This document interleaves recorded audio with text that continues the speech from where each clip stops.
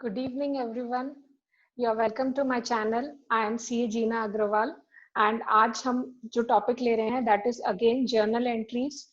Journal entries accounting में बहुत important role play करता है. आपको अगर अकाउंटिंग कहीं भी सीखनी है क्लास 11th में या ग्रेजुएशन में या किसी प्रोफेशनल कोर्स के एंट्रेंस के लिए, तो आपको जर्नल एंट्री आनी ही चाहिए. इनफैक्ट हार्डेस्ट लेवल में भी जर्नल आपको आना ही चाहिए. तो इसके पहले मैंने जर्नल पार्ट 1 और पार्ट 2 के 2 लेक्चर्स रिकॉर्ड किए हुए हैं जिसमें बेसिक्स सारे समझाए गए. तो अगर आपने वो लेक्चर नहीं देखा है तो पहले आप वो लेक्चर देख लीजिए, उसके बाद इस थर्ड पार्ट के ऊपर आइए. And let's begin with the class and let's understand it well. Let me share my screen with you so that I can begin with my class. I hope the screen is clear to you and so am I. हमने last वाली classes में सीखा था कि journal entry क्या होती है, journal का फॉर्मेट क्या होता है और कौन सा अकाउंट डेबिट करना है, कौन सा अकाउंट क्रेडिट करना है, ये कैसे डिसाइड करते हैं, rules for debit and credit क्या होंगे. उन लेक्चर्स की लिंक मैं ऊपर शेयर कर दूंगी इन्फो में, आप वहां से उनको व्यू कर सकते हैं. तो मैं अभी क्लास को आगे कंटिन्यू कर रही हूँ. तो सपोज अगर हमारी बिजनेस फर्म ने कुछ गुड्स को डोनेट कर दिया, चैरिटी में दे दिया, तो हम जर्नल एंट्री क्या बनाएंगे. तो इस केस में हमारा जो खर्चा है उस खर्चे का नाम क्या है, चैरिटी अकाउंट या डोनेशन अकाउंट. एंड खर्चे को हमेशा क्या किया जाता है, डेबिट किया जाता है. जो मॉडर्न अकाउंटिंग सिस्टम आपको समझाया था कि एसेट्स, लायबिलिटीज, कैपिटल और रेवेन्यू और एक्सपेंसेस 5 टाइप के अकाउंट होंगे. तो एक एक्सपेंस का अकाउंट है और इसको हम डेबिट कर रहे हैं.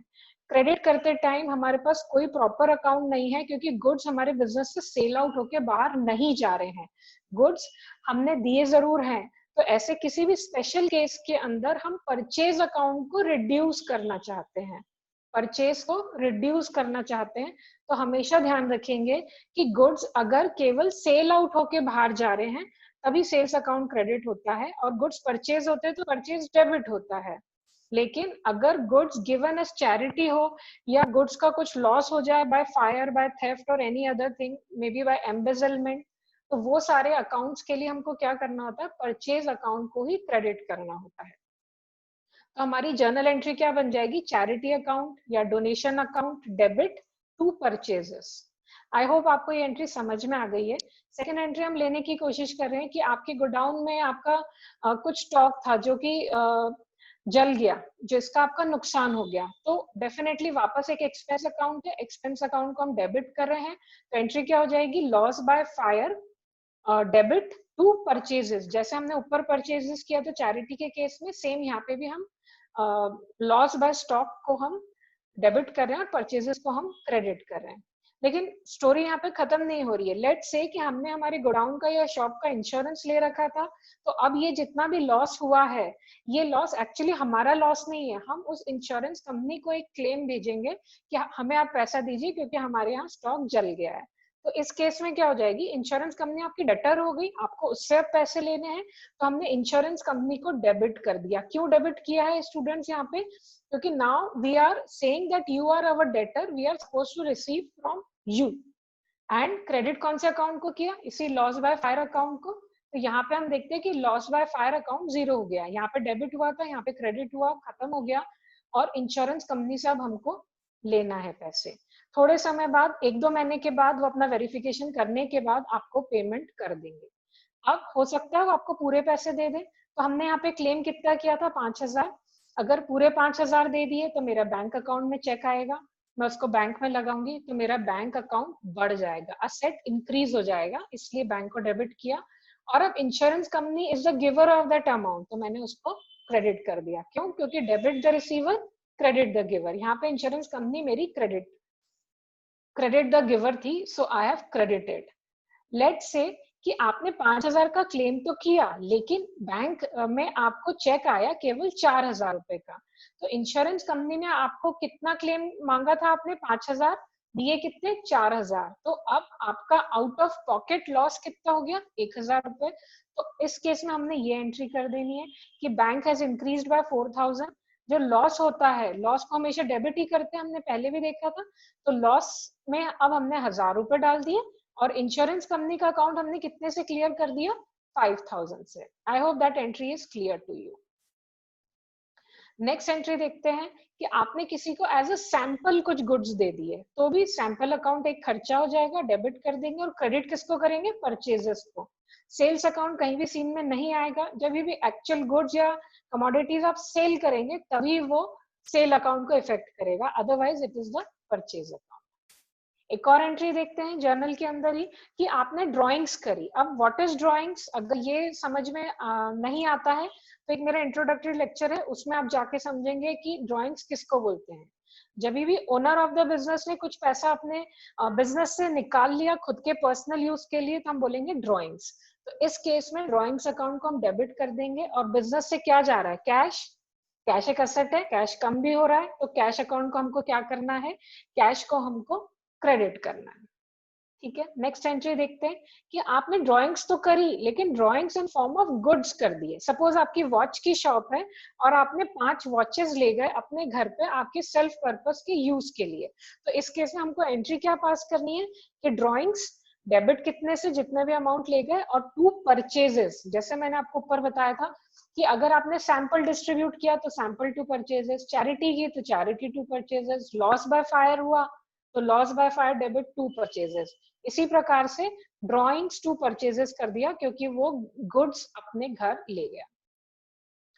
नेक्स्ट टाइप ऑफ एंट्री समझने की कोशिश करते हैं। लेट से आपकी शॉप तो वॉच की है और आपने एक लैपटॉप खरीदा उसकी अकाउंटिंग करने के लिए, तो लैपटॉप एक फिक्स्ड एसेट हो गया, वो आपने रिसीव किया, तो asset debit what comes in, कौन सा असेट आया? लैपटॉप आया या कंप्यूटर आया, तो उस अकाउंट को आपने डेबिट कर दिया। और आपकी शॉप से बाहर क्या जा रहा है? कैश जा रहा है या बैंक का चेक जा रहा है, तो जो असेट इंक्रीज हो रहा है उसको डेबिट कर दिया, और जो असेट आपका डिक्रीज हो रहा है कैश या बैंक, उसको क्रेडिट कर दिया।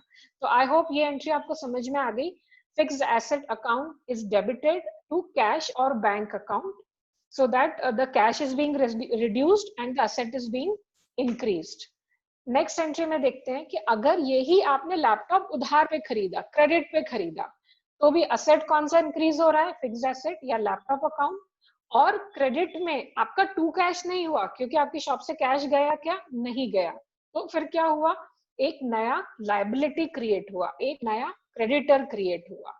और अगर ट्रेडिशनल लॉ भी लगाएंगे तो हम क्या बोलते हैं? क्रेडिट द गिवर, इसलिए सप्लायर को हमने क्रेडिट कर दिया। अगर मॉडर्न सिस्टम लगाना चाहेंगे तो हम क्या बोलेंगे कि लायबिलिटी इंक्रीज हुई, तो क्या करना है? क्रेडिट करना है। देखिए यहाँ पे मैंने आपको लास्ट लेक्चर में भी बोला था, अभी फिर रिमाइंड करूंगी, जो भी rules of debit and credit है वो बाय हार्ट आपको लर्न होने चाहिए। जब इसी लैपटॉप को मैंने सेल किया तो फिर क्या होगा?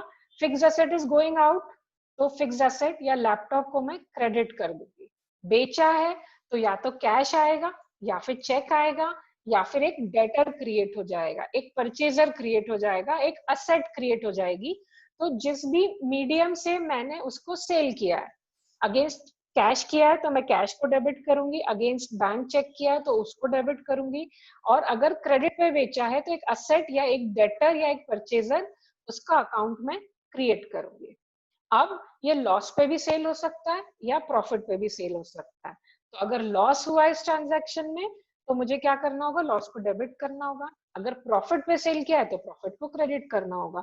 So either there will be a loss entry और there will be a profit entry.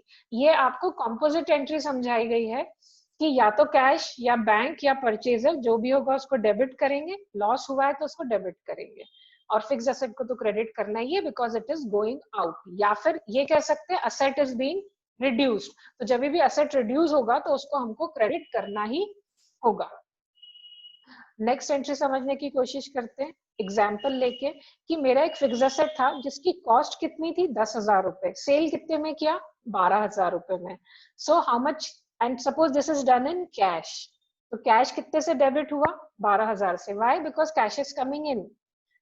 कौन सा एसेट बाहर जा रहा है? फिक्स्ड एसेट, जो अपने एग्जांपल में हम कह सकते हैं लैपटॉप है, उसकी क्या कॉस्ट प्राइस है? 10,000, और प्रॉफिट कितना है? 2,000, तो उस प्रॉफिट को क्रेडिट कर देना है। क्यों? क्योंकि जितने भी रेवेन्यूज एंड इनकम्स होते हैं उनको क्रेडिट करते हैं, जितने भी एक्सपेंसेस होते हैं उनको हम डेबिट करते हैं। सपोज एक एग्जाम्पल हमने नेक्स्ट लिया कि असेट की वैल्यू 10,000 थी और सेल किया 9,000 में और क्रेडिट पे किया मिस्टर एक्स को। तो मिस्टर एक्स तो मेरे डेटर हो गए कितने रुपीज से? 9,000 रुपीज से। मुझे बाद में 9,000 देंगे ये, असेट कितने से बाहर गई, 10,000 से।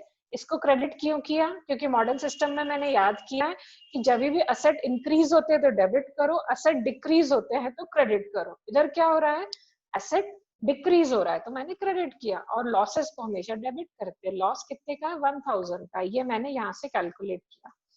I hope I am making some sense to you and the things are being clear to you. अगर कुछ भी डाउट है तो please write in the comment box, I will surely clear it. और अभी तक सब समझ में आ रहा है तो एक लाइक तो बनता है, और नहीं पसंद आया तो डिसलाइक भी चलेगा। I will further improve. ठीक है, नेक्स्ट एंट्री समझने की कोशिश करते हैं। एक स्पेशल टाइप की एंट्री कई बार आपके एग्जाम में आ सकती है कि आपने एक मशीन तो खरीदी 10,000 की, लेकिन उस मशीन को आपकी फैक्ट्री तक लाने के लिए आपने कुछ वेजेस, कुछ ट्रांसपोर्टेशन पे करे, या मशीन की इंस्टॉलेशन हुई, उसकी असेंबलिंग हुई, इस प्रकार का कोई भी खर्चा, कोई भी एक्सपेंस लगा इंस्टॉलेशन से रिलेटेड, सपोज वो 10,000 है, तो इस केस में जनरली आप कह सकते हो कि ये तो एक कैपिटल एक्सपेंडिचर है, ये एक रेवेन्यू एक्सपेंडिचर है। लेकिन नहीं, ऐसा नहीं करा जाएगा। पूरे एक्सपेंडिचर को कैपिटल एक्सपेंडिचर माना जाएगा, पूरे से ही असेट क्रिएट होगी। तो मैं जर्नल एंट्री क्या बनाऊंगी, machine account debit by 11,000 and to cash, अगर ये कैश में खरीदी है 11,000, अगर बैंक से पेमेंट किया है तो टू बैंक 11,000, क्रेडिट पे खरीदा है, मिस्टर एक्स से खरीदा है तो to mister X 11,000। I hope आपको समझ में आ रहा है कि अगर कोई मशीन या कोई भी एसेट खरीदा, परचेज के टाइम पे उस पे जो एक्स्ट्रा स्मॉल अमाउंट्स के एक्सपेंडिचर लगे for proper installation, for bringing it till the office premises and setting it up, whatever small amounts of expenditure is done, they are not to be treated as revenue but they are to be treated as capital. ठीक है, अभी कुछ year end पे हमारे expenses ऐसे होते हैं जिसकी हमने एंट्री करनी है, कुछ आउटस्टैंडिंग चीजें हैं, कुछ प्रीपेड चीजें हैं, कुछ क्लोजिंग स्टॉक है, तो उसकी एंट्री हम कैसे करते हैं, हम ये समझने की कोशिश कर रहे हैं। तो अगर हमारा क्लोजिंग स्टॉक होता है, मतलब साल भर में कुछ ओपनिंग स्टॉक था, कुछ परचेजेस कर ली, कुछ उसमें से सेल कर दिया और कुछ स्टॉक बच गया, तो उसके लिए हम एंट्री क्या करते हैं, closing stock to trading account. Trading and profit और loss account and balance sheet क्या होता है, आपके फाइनल अकाउंट्स होते हैं। आगे के लेक्चर में हम उसके बारे में डिटेल में समझेंगे। नेक्स्ट एंट्री किस टाइप की है, आउटस्टैंडिंग एक्सपेंसेस। फॉर एग्जांपल हमारा फाइनेंशियल ईयर अप्रैल में शुरू होकर मार्च में खत्म हो रहा है। अगर हमने 11 महीने के तो वेजेस पे कर दिए, लेकिन एक महीने के वेजेस देना बचे हैं, लेकिन हम चाहते हैं कि हमारी बुक्स में लिखे तो सही कि एक्चुअल खर्चा, प्रॉफिट निकालने के लिए एक और मंथ का वेजेस भी है, उन वेजेस को भी लेस किया जाए, तभी actual accurate picture, accurate profit calculate हो पाएगा। तो इस केस में हम क्या करेंगे, wages account debit to outstanding wages. अब देखिए, इसको ऐसे भी समझ सकते हैं, अगर 2,000 रुपए पर मंथ का खर्चा है वेजेस का, तो 11 महीने का तो पेमेंट आपने कर दिया, तो आपने तब क्या किया होगा, wages to cash, wages to cash, क्योंकि कैश कम हो गई, एक्चुअल पे कर दिया। लेकिन इस केस में वेजेस अभी पे नहीं किए हैं, आपके आउटस्टैंडिंग है, आपकी लाइबिलिटी है, तो आपको फ्यूचर में तो पे करनी है, तो उस लाइबिलिटी को क्रिएट करना है। उस लाइबिलिटी का नाम क्या है, आउटस्टैंडिंग वेजेस। और लाइबिलिटी कभी भी इंक्रीज करनी होती है तो उसको क्रेडिट करते हैं, और वेजेस इंक्रीज करना है क्योंकि खर्चा तो लग चुका है, भले ही पैसे नहीं दिए हैं, तो एंट्री क्या हो गई, वेजेस टू आउटस्टैंडिंग वेजेस। इसी की रिवर्स एंट्री हो सकती है कि कुछ खर्चा आपने प्रीपे कर दिया। जनरली ये देखा जाता है कि इंश्योरेंस का जब आप खर्चा करते हो, सपोज आपने 1 फरवरी को पॉलिसी खरीदी, तो वो 1 साल के लिए है, तो इस साल में कितना खर्चा गया, फरवरी और मार्च, उसके आगे का सारा खर्चा फ्यूचर ईयर के लिए हो गया, तो एक तरीके से प्रीपेड खर्चा है ये। तो इस केस में हमको हमारे खर्चे को कम करना है, क्यों, क्योंकि अभी तो उस खर्चे में ज्यादा अमाउंट दिख रहा है, लेकिन ये अमाउंट अगले साल के लिए है, तो इसलिए उस एक्सपेंडिचर को हमने रिवर्स एंट्री करी, इसलिए उस एक्सपेंडिचर को हमने क्रेडिट में डाला। और प्रीपेड क्या है, आपका एक असेट है, क्यों, आपने किसी को पैसे दे दिए हैं, आप उसकी सर्विसेज बाद में लोगे, तो इसको हमको क्या करना है, एक एसेट क्रिएट करना, उसका नाम क्या है, prepaid. Prepaid rent, prepaid salary, prepaid insurance, prepaid electricity bill, whatever is the name of that asset. ऐसे ही एंट्री हो सकती है किसके लिए, आपकी income earned but not received. इसका क्या मतलब होता है, आपने सर्विसेज दे दी है लेकिन पैसा नहीं मिला है, लेकिन मिलेगा तो सही। तो अगर पैसा मिल जाता तो आप एंट्री क्या करते, कैश अकाउंट टू इनकम, की कैश आ गई और इनकम भी आ गई, लेकिन यहाँ पे कैश नहीं आई है, लेकिन एक असेट क्रिएट हो रही है। उस असेट का नाम क्या है, अक्रूड इनकम। तो उस असेट को हमने इंक्रीज कर दिया और इनकम को भी हमने इंक्रीज कर दिया। I hope this entry is clear to you. इसी का उल्टा हो सकता है अनअर्न्ड इनकम। अनअर्न्ड इनकम मतलब एडवांस में आपने किसी से पैसे ले लिए लेकिन काम अभी नहीं करा है, आप काम बाद में करके देंगे। तो जब काम आप बाद में करके देंगे मतलब आपकी एक लायबिलिटी है, लायबिलिटी क्रिएट करते हैं तो उसको क्रेडिट करते हैं, उसका नाम क्या है, अनअर्न्ड इनकम। तो उसको हमने क्रेडिट कर दिया और इनकम में से हमने कम कर दिया। क्यों इनकम को डेबिट क्यों करा, क्योंकि अभी तक जो टोटल इनकम में रिसीव्ड अमाउंट दिख रहा था वो तो ज्यादा दिख रहा था, उस इनकम को मुझे कम करना है क्योंकि वो इस ईयर की इनकम नहीं है। क्यों कम क्यों करना है, क्योंकि हमको इस साल का सेपरेटली नेट प्रॉफिट या नेट लॉस निकालना है। इसके लिए हम टोटल इनकम में से ये इनकम को कम करना चाहते हैं क्योंकि ये एडवांस इनकम है, अगले साल या अगले 2 साल बाद की इनकम है। I hope it is clear to you. इसके आगे हमको जो देखना है, हमको ईयर एंड पे डेप्रिसिएशन चार्ज करना होता है। डेप्रिसिएशन क्या होती है, जो भी हमारी असेट की फॉल इन वैल्यू होती है because of technology change, because of obsolescence, because of passage of time, वो सारी fall in value, diminishing in value is known as my depreciation. Depreciation एक खर्चा है, इसको डेबिट करेंगे और वो असेट की वैल्यू कम हो रही है तो असेट को क्रेडिट करेंगे। So depreciation account debit to that particular fixed asset. ऐसे ही अगर इंटरेस्ट ऑन कैपिटल देना है, मतलब जो ओनर है उसने 5 लाख या 10 लाख या व्हाटएवर अमाउंट आपके बिजनेस के लिए दिया है, तो वो बिजनेस से उसका इंटरेस्ट मांग रहा है, तो बिजनेस के पॉइंट ऑफ व्यू से खर्चा है। खर्चे का नाम क्या है, इंटरेस्ट ऑन कैपिटल। खर्चे को क्या करते हैं, डेबिट करते हैं। और वो देना किसको है, to owner, to his capital account. तो एंट्री क्या हो गई, आईओसी टू कैपिटल। अगर इंटरेस्ट ऑन ड्रॉइंग्स है, मतलब अब क्या हुआ है कि ओनर ने कुछ पैसे बिजनेस से विड्रॉ कर लिए थे, तो जो विड्रॉल उसने किया था उस विड्रॉल के ऊपर अब बिजनेस उससे इंटरेस्ट मांगेगा कि भाई तुमने हमसे 50,000 रुपए लिए थे 6 महीने पहले, 6 महीने का हमको इंटरेस्ट दो। तो अभी बिजनेस को क्या हो रही है, इनकम। इनकम को क्या करते हैं, क्रेडिट। तो आईओडी को क्रेडिट किया और लेना किससे, ये ओनर से लेना है। उसके अकाउंट का नाम क्या होता है, कैपिटल। कैपिटल को डेबिट कर दो। ये रूल भी सीखा है कि कैपिटल को बढ़ाना होता है तो क्रेडिट करते हैं, कैपिटल को कम करना होता है तो डेबिट करते हैं। तो बस कोई सा भी आप लॉजिक लगाएंगे तो आपको क्लियर हो जाएगा कि कैपिटल को डेबिट करना है या उसको क्रेडिट करना है। चलिए अभी हमने ये समझा कि हमने जर्नल एंट्रीज कर ली। जर्नल एंट्रीज करने के बाद लेजर बनेगा, लेजर के बाद ट्रायल बैलेंस बनेगा, फिर बैलेंस शीट बनेगी, ट्रेडिंग P&L बनेगा। तो इनमें से क्या होता है कि हमको एक ओपनिंग एंट्री हर साल में करनी पड़ती है। क्यों, क्योंकि जो इनकम और एक्सपेंसेस हैं ये सारे अकाउंट को हम क्लोज कर देते हैं। जब भी मैं इसके बाद आपको लेजर अकाउंट समझाऊंगी तो आपको समझ में आएगा कि क्लोज करना क्या होता है और कैरी फॉरवर्ड करना क्या होता है। तो जो 3 अकाउंट्स हैं, असेट्स, लायबिलिटीज एंड कैपिटल, ये एक साल में खत्म तो नहीं होंगे। इस साल के एंड में आपके पास 5 लैपटॉप पड़े, 10 मशीन पड़ी है और कल डेट चेंज होकर नेक्स्ट ईयर हो गई तो वो असेट खत्म तो नहीं हो जाएगा, उसकी वैल्यू तो रहेगी। मतलब it is being carried forward to the next financial year. लेकिन जो इनकम है, जो एक्सपेंसेस है, सपोज आपने किसी को सैलरी दी 1 महीने के लिए दी, तो उसने 1 महीने काम कर दिया, बात खत्म हो गई।